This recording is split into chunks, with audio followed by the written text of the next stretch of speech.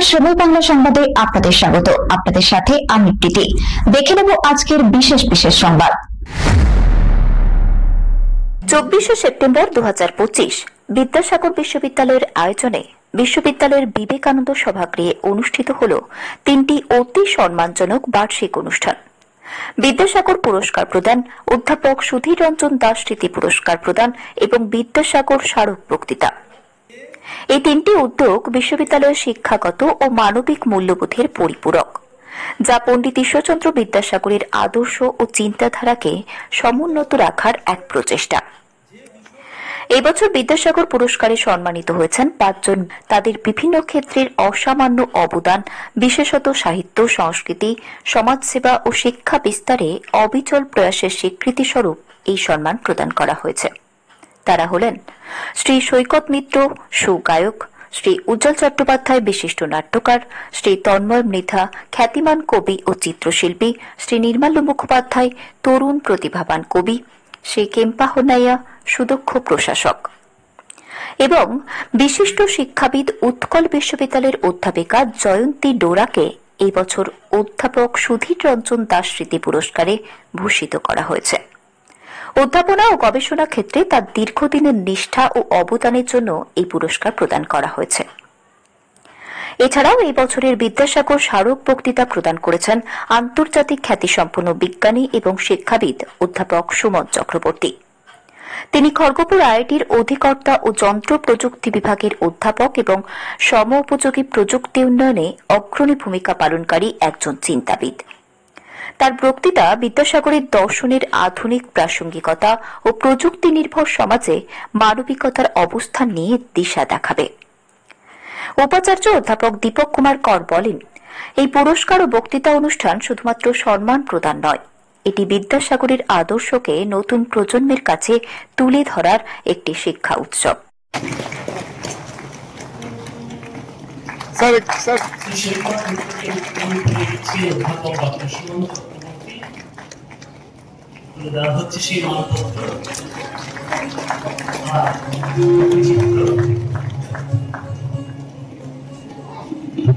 সঙ্গে থাকছে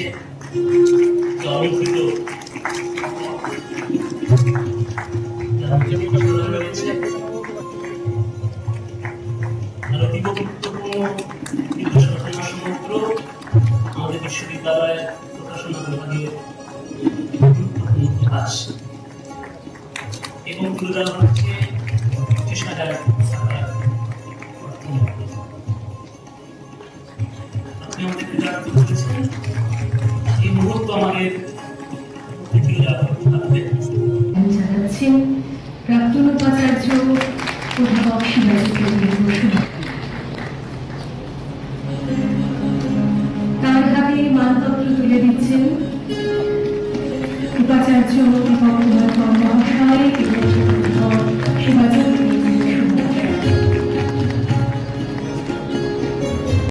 তাদের মধ্যে যদি তাদের এক কণা যদি আমার মধ্যে থাকতো, আমি নিজেকে ধন্য মনে করতাম।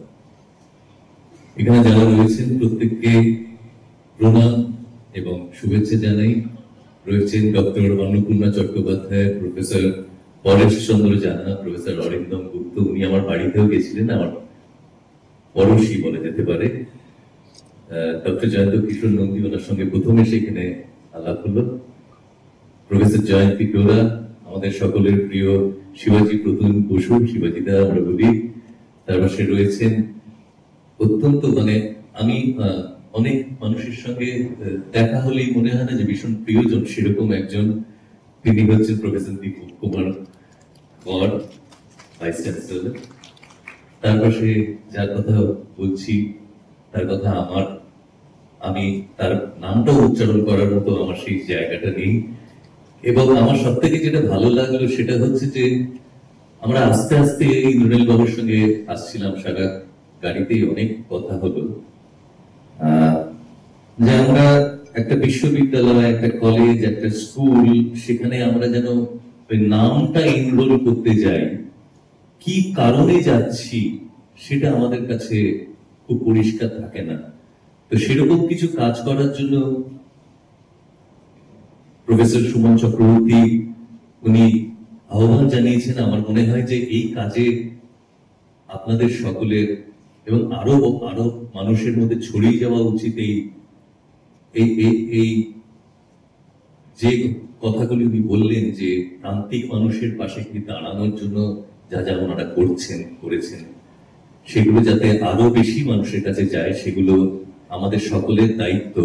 এবং একটা কথা উনি বললেন যে আইআইটি আমাদের অত্যন্ত গর্বের, প্রত্যেক ভারতবাসীর। আমি মানে খুব সম্ভবত সেকেন্ড ব্যাচ ছিলেন আমার শ্বশুর মশাই, তো তাদের কাছ থেকে আর যেটা পড়াশোনা করেও মানুষ যেটা পাওয়ার চেষ্টা করে, যে স্বপ্নটা দেখে, সেটা যদি না পায়, তাহলে সেই ইম্পেটাসটা যদি না থাকে, পড়াশোনা করতেও মানুষ আর এগিয়ে আসে না। আমি এই কারণে বলছি যে আজকে দেখুন ভারতবর্ষ সব জায়গায় ক্রিকেট, ওইটা যেন আমাদের ধর্ম হয়ে গেছে। পাড়ায় পাড়ায় ক্রিকেট একাডেমি, কিসের জন্য? যদি খেলে একবার আইপিএলটা খেলা যায়, তাহলে কয়েক কোটি টাকা কামানো যাবে। এটা কিন্তু ইম্পেটাস। তার জন্য খেলার জন্য লোকে বাবা মা টেনে টুনে নিয়ে যাচ্ছে। আমি গানের জগতের কথা বলছি, যে ধরুন সারেগামা ইত্যাদি ইত্যাদি যে সমস্ত অনুষ্ঠানগুলো টেলিভিশনে আপনারা প্রত্যেকেই দেখেন, অত্যন্ত জনপ্রিয়।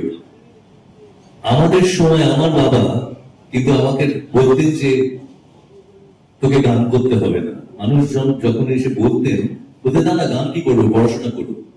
তাই একটা সময় আমার বাবার এক বন্ধু ছিলেন, তিনি আইআইএম এ আমাকে ভর্তি করে দেওয়ার জন্য বলেছিলেন, কিন্তু আমার কপালে তা হয়নি। যেমন ক্রিকেটার হওয়ার স্বপ্ন ছোটবেলায় থাকলেও আমার ক্রিকেটার হওয়া হয়নি।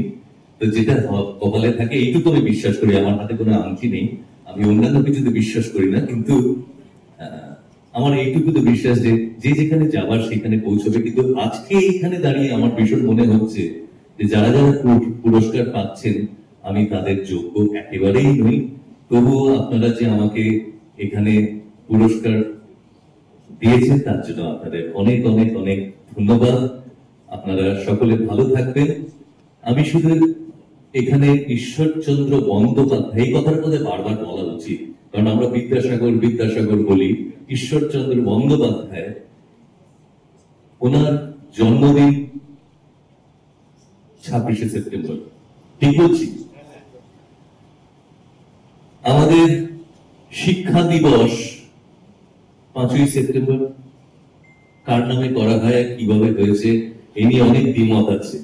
আপনারাও জানেন কিভাবে কি হয়েছে, এই নিয়ে আর আমি কোন তর্কের মধ্যে যাচ্ছি না। কিন্তু আমার একটাই মত, অন্যান্য ব্যাপারে বলার অনেক মানুষ রয়েছেন, তারা বলবেন। একটাই মত, আমার একটাই এখানে কথা বলতে আসা এবং বিদ্যাসাগর ইউনিভার্সিটিতে বসে দাঁড়িয়ে এখানে বলতে ইচ্ছে করছে, আমরা কি এই 26শে সেপ্টেম্বর থেকে সমস্বরে এটা কি বলতে পারি না যে আমাদের শিক্ষক দিবসটা 26শে সেপ্টেম্বর হোক? ঈশ্বরচন্দ্র বন্দ্যোপাধ্যায়ের নামে, বিদ্যাসাগরের নামে, যিনি আমাদের বিদ্যা লাভ করতে পারি কিভাবে সেটা শিখিয়ে গেছেন, অন্য কারোরটা চুরি করে নয়। তো যাই হোক,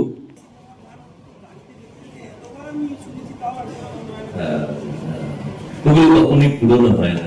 আমি কয়েকজনের নাম বলতে তারপর অন্য কথা ছিল, শ্রী উজ্জ্বল চট্টোপাধ্যায়, আমরা তার কথা শুনলাম। একটু ওনাদের সকলের নামে একটুখানি করতালি হোক না, কারণ আমরা তো বারে বারে কোনোভাবে মিলিত হবো না। শ্রী তন্ময় মৃধা, উনি নিজে যে কিভাবে কিছু না থেকেও অনেক কিছু পাওয়া যায়, অনেক কিছু করা যায়, সেটা উনি তার নিজেই তার প্রমাণ। তো যাই হোক, আমি এবং আমার সামনে যারা বসে রয়েছেন তারা সিরিয়াসলি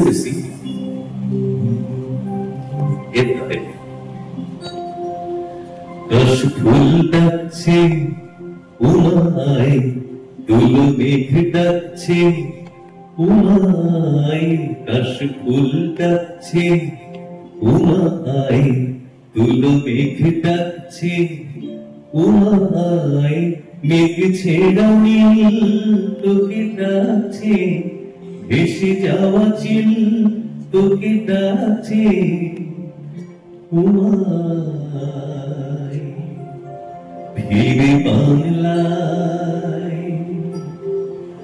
মামি নৌকা ডাকছে মিয়ায় বাপ কেঁদে ডাকছে মিয়ায় উমায়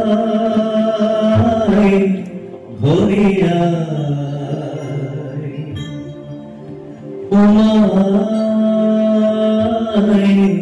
এই বাংলায় ঘাস ফুল ডাকছে উমায় তুলো মেঘ ডাকছে উমায় মেঘ ছেড়া নীল তোকে ডাকছে ভেসে যাওয়া চিল তোকে ডাকছে উমায় ফিরে বাংলায়। কিন্তু এটার থেকে আমরা অন্তত এটুকু বুঝতে পারি যে আজকের দিনে নারীর উন্নয়নের জন্য আমরা যে চিন্তা ভাবনা করছি সেই চিন্তা ভাবনাটা আমাদের অন্য একটা আঙ্গিকে করতে হবে, যে একটা ন্যূনতম মাত্রায় যখন আমরা পৌঁছাতে পেরেছি এরপরে নতুন ধাপে আমরা কি করে পৌঁছাবার চেষ্টা করি। আমাদের মহিলাদের উন্নয়নের জন্য শিক্ষা এবং স্বাস্থ্য ওতপ্রোতভাবে জড়িত। রক্তাল্পতা মহিলাদের গ্রামাঞ্চলে খুব গুরুত্বপূর্ণ সমস্যা। তো এই যে সমস্যা, এটা একটা সমস্যা আমি বললাম, এরকম আরো অনেক সমস্যা আছে।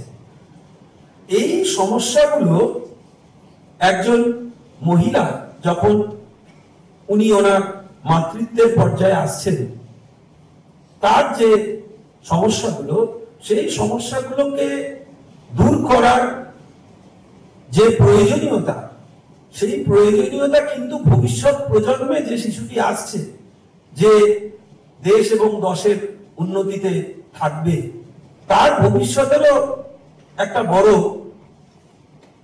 নিয়ন্ত্রক। এই প্রকাশ করি আপনারা এখানে বিদ্যাসাগর বিশ্ববিদ্যালয়ে এবং আমরা আইআইটি খড়গপুরে, আমরা সেই জেলায় আছি যেটার অবিভক্ত যে অবস্থা ছিল, তার অন্যতম কৃতি সন্তান ঈশ্বরচন্দ্র বিদ্যাসাগর সারা দেশের জন্য এমন কিছু করে গেছেন যেটা আজও আমাদের কাছে বিরাট শিক্ষণীয়। আমরা কত বড় বড় কবি, সাহিত্যিক, পণ্ডিত সবার কথা শুনেছি, কিন্তু আজকে ঈশ্বরচন্দ্র বিদ্যাসাগরের বর্ণ পরিচয় যদি না থাকতো, তাহলে সহজ সরল বাংলা ভাষায় যে কথাবার্তা বলা, লেখা ইত্যাদি করা যায়, সেটা বোধহয় মানুষ চিন্তা করতে পারত না। বাংলা ভাষার যে আধুনিক প্রয়োগ, সেটা কথ্য ভাষায় হোক কি লিখিত ভাষায় হোক, তার জন্য ঈশ্বরচন্দ্র বিদ্যাসাগরের যে অবদান, বর্ণ পরিচয়, যেটা স্বয়ং বিশ্বকবি রবীন্দ্রনাথের কবিত্বের উৎসমুখ খুলে দিয়েছিল বলে আমরা জানি, তার থেকে বড় গর্বের বই আমার মনে হয় আমাদের বাঙালি জাতির আর কিছু নেই। উন্নতির জন্য এআই সংমিশ্রণে বেশ কিছু প্রতিষ্ঠান ইতিমধ্যে আরোপ করতে চলেছে। নতুন কি কি সুখবর আমরা দিতে পারি? দেখুন, মানুষকে যেটা সুখবর দেওয়া যেতে পারে যে এআই এর ব্যবহারটাকে আমরা অন্যরকম ভাবে করার চেষ্টা করছি, যাতে মানুষের উপকার হবে। আমাদের দুটো জিনিস মনে রাখতে হবে। একটা হচ্ছে যে এআই কিন্তু সমস্ত সমস্যা একা সমাধান করতে পারে না। আমাদের অনেকের যেমন ধারণা যে এআই দিয়ে সবকিছু করা যায়। ধরুন একটা গাড়ি আছে, সেই গাড়িটা আর ইঞ্জিন নেই, এআই দিয়ে তো আর চলবে না। কিন্তু গাড়িটা যদি ইঞ্জিন থাকে, এআই দিয়ে হয়তো ড্রাইভার ছাড়াও কিছুটা যেতে পারে। তো আমাদের ওই জন্য যে প্রচলিত যে জ্ঞান, চিকিৎসা বিদ্যা, প্রযুক্তি, যন্ত্রপাতি, তার সাথে এআই, এই জিনিসটাকে যুক্ত করে আমরা যে চিন্তা ভাবনাটার মধ্যে দিয়ে যাচ্ছি, যে একজন যে চিকিৎসক, উনি যখন চিকিৎসা করেন, তার কাছে যখন আমরা যাই, উনি তো আর খালি পরীক্ষা নিরীক্ষা টেস্ট দিয়ে বলেন না। উনি হয়তো রোগীকে দেখলেন, আমরা যেমন বিধান রায়ের কথা শুনেছি যে উনি নাকি রোগীর মুখ দেখেই মোটামুটি বুঝতে পারতেন কি হয়েছে। তো এটা যদি আমি প্রবাদের মতো ধরি, হয়তো বাস্তবে এতটা না হলেও ওনার মধ্যে কিছু প্রখর অনুমান ক্ষমতা ছিল, যেটা দিয়ে উনি বুঝতে পারতেন যে রোগীর চলাফেরা ইত্যাদি। তো এই ব্যাপারটাকে এআই এর মধ্যে তুলে আনা যায় কিনা, ধরুন, কারণ ডাক্তাররা তো সবার তার সমান স্কিল থাকবে না, তো সেই ব্যাপারটাকে আর পরীক্ষা নিরীক্ষা এই দুটোকে সংযুক্ত করে যেখানে প্রায় কিছু ব্যবস্থা নেই, সেখানে একজন ডাক্তারের চিন্তা ভাবনাটাকে কি করে আমরা এআই এর মাধ্যমে তুলে আনতে পারি, এই জিনিসটাই এটা হচ্ছে ভবিষ্যতের গ্রামীণ চিকিৎসা বলে আমি মনে করি। এটাই আমরা চেষ্টা করি। অলরেডি আপনি হিমোগ্লোবিন পরীক্ষার কিট করেছেন এবং তারপরে মাউথ ক্যান্সার কিভাবে এআই কাজ করছে এগুলোর ক্ষেত্রে যেভাবে এআই কাজ করে, ধরুন আমরা যদি কোনো একটা পরীক্ষা নিরীক্ষা করি, তাহলে সেই যন্ত্র থেকে কি হয়, একটা ছবি তোলা হলো, হ্যাঁ, বা কোনো একটা সিগন্যাল নিয়ে যন্ত্রটা অ্যানালিসিস করে। দামি যন্ত্র হলে কি হয় যে সেই ছবিটা বা সিগন্যালটাকে খুব অ্যাকিউরেটলি অ্যানালিসিস করতে পারে। কিন্তু আমি যদি আমার মোবাইল ক্যামেরা দিয়ে করি, ধরুন একটা বিরাট শক্তিশালী ক্যামেরা যে জিনিসটাকে ধরতে পারে, ধরুন একটা অনুপরমাণুকে ধরতে পারে, আপনি বললেন আমি কি আমার মোবাইল ক্যামেরা দিয়ে পারবো? অতটা পারবেন না, কিন্তু মোবাইল ক্যামেরা দিয়ে আর কিছু উদ্ভাবনী যন্ত্রপাতি দিয়ে এমন কিছু পেতে পারেন যেটাকে এআই দিয়ে, যাকে বলে ডিপ লার্নিং, সেইটাকে অ্যানালাইজ করে এমন ভাবে তার থেকে রেজাল্ট পাওয়া যায় যেটা অনেক দামি যন্ত্রপাতি থেকে যা পাওয়া যায় তার মতো। সেটা ধরুন আমি রক্ত পরীক্ষা করলাম, রক্ত পরীক্ষা করে আমরা ছবি তুললাম, ওই ছবিটা থেকে কতটা হিমোগ্লোবিন আছে সেইটা বুঝতে সাহায্য করছে এআই। সুতরাং এআই ব্যাপারটা যেভাবে আসছে সেটা হচ্ছে যে আমরা একটা কম খরচের যন্ত্র ব্যবহার করছি, বা কম খরচের একটা যন্ত্র ছাড়া কাগজের টুকরো বা এরকম কিছু।